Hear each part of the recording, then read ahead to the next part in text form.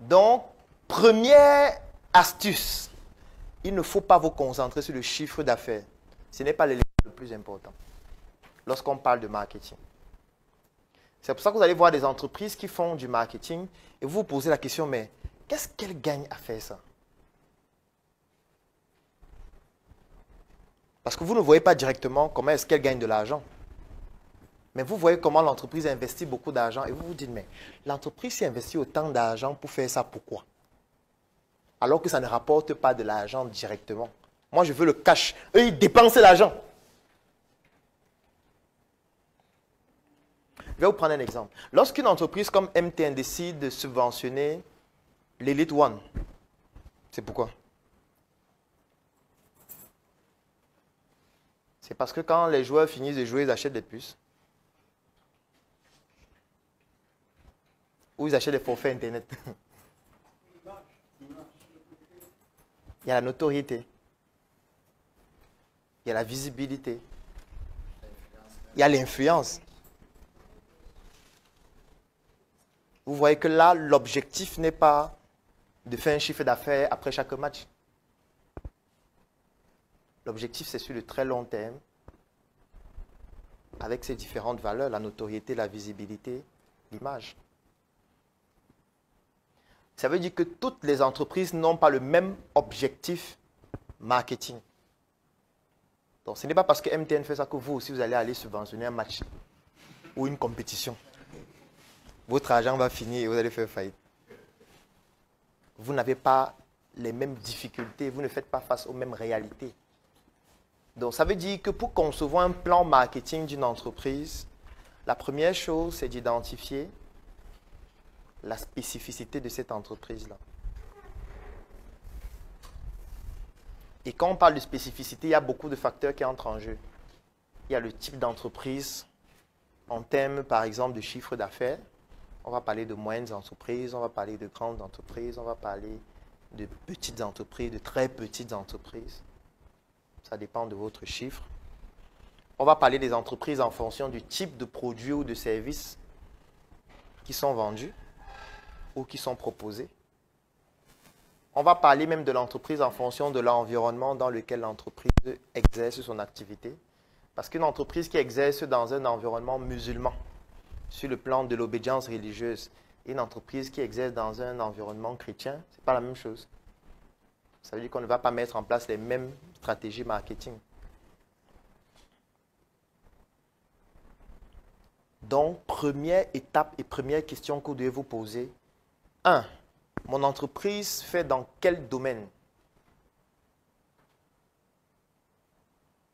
J'ai déjà dit que le zéro, c'est le fait que ce n'est pas le chiffre d'affaires le plus important.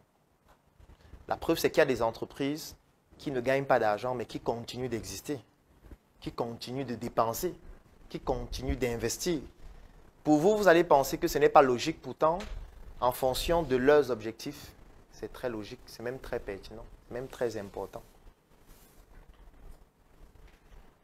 Et là, j'aime toujours prendre l'exemple d'une entreprise qui a exercé ici au Cameroun il y a de cela quelques années, qui faisait donc la vente en ligne et qui a fait faillite.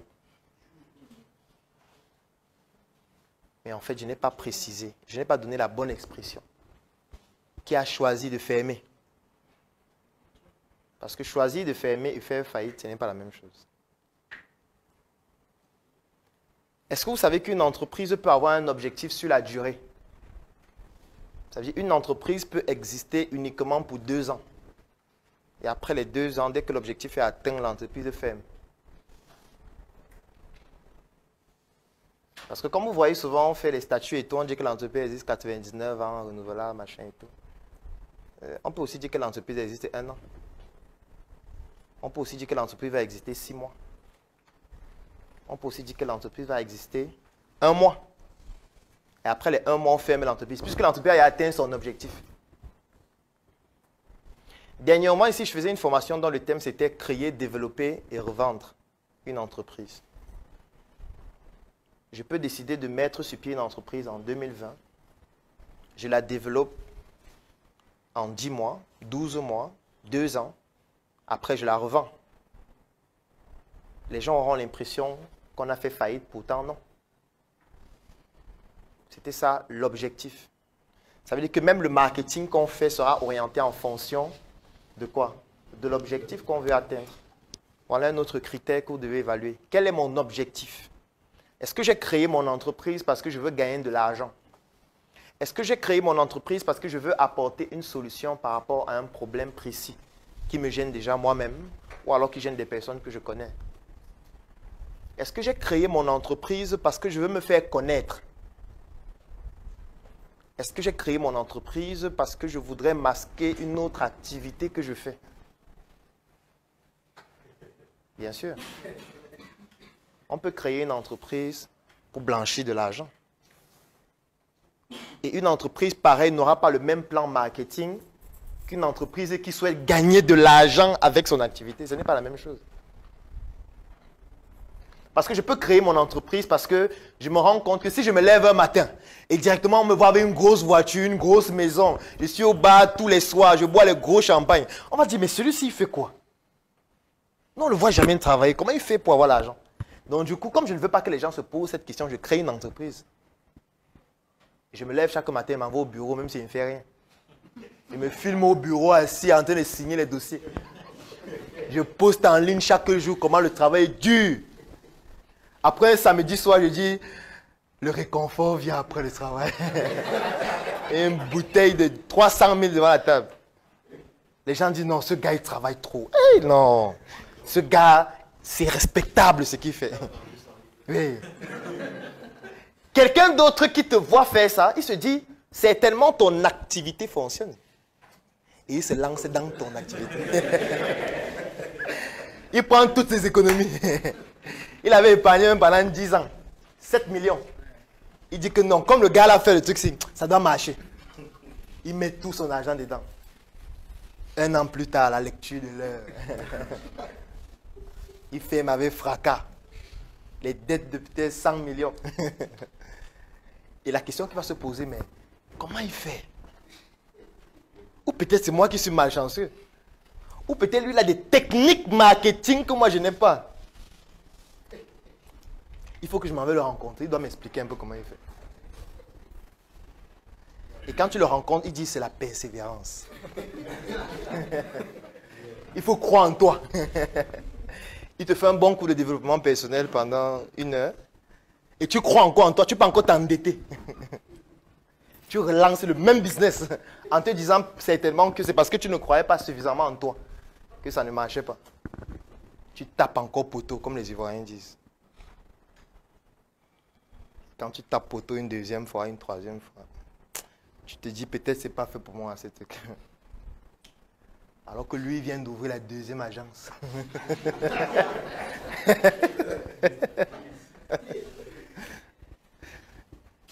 Parce que vous n'avez pas les mêmes objectifs. Vous n'avez donc pas les mêmes stratégies marketing à appliquer. Parce que lorsqu'on n'a pas le même objectif, ça veut dire qu'on n'a pas, 1, la même source de financement. 2, on n'a pas la même source en termes d'approvisionnement en ressources humaines. Parce que vous devez aussi avoir une stratégie marketing d'approvisionnement en ressources humaines. Vous devez avoir une stratégie marketing du climat dans l'entreprise. Parce que dans votre entreprise, vous devez créer un climat qui donne l'envie aux gens de vouloir donner le meilleur. Ça, ce n'est pas communiquer en externe. Ou alors d'attirer les prospects pour les convertir en clients, non. Vous devez créer un environnement où quand les gens viennent, ils ne regardent plus l'heure de travail. Ça veut dire qu'ils ne savent pas à quelle heure il faut arrêter de travailler. Ils sont contents de travailler, même à minuit, même à 2 heures. Même quand ils rentrent à la maison, ils continuent de travailler en étant fiers. Vous pensez bien qu'il faut une stratégie marketing pour cela. Parce que peut-être ce qui fait que votre entreprise ne marche pas, c'est parce que l'environnement de l'entreprise n'est pas propice au développement des performances, des ressources humaines qui s'y trouvent. Ça veut dire que même si on continue d'éjecter de l'argent, même si on continue d'avoir des clients tout le temps, ça ne marchera toujours pas.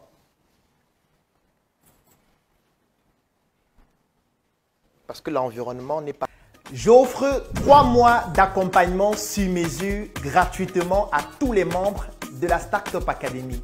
La Startup Academy, c'est cette initiative qui a vu le jour en 2016 et qui est basée sur un trépied que nous appelons le trépied idéologique, qui comporte la sensibilisation en ce qui concerne l'entrepreneuriat, la formation sur tous les métiers et les secteurs d'activité qui tournent autour des opportunités d'affaires et enfin l'investissement dans des projets. Que vous soyez un débutant, un étudiant, un entrepreneur ou alors toute personne qui est intéressée par les affaires, durant cet accompagnement qui va durer 3 mois et qui est entièrement gratuit, vous allez bénéficier de notre retour d'expérience, de notre visibilité et surtout de nos stratégies qui vont permettre à votre projet de pouvoir décoller.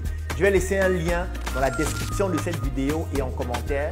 Vous cliquez dessus, vous remplissez le formulaire pour pouvoir bénéficier en exclusivité de cet accompagnement gratuit sur mesure par rapport à votre activité qui va durer 3 mois. Rendez-vous à la Startup Academy.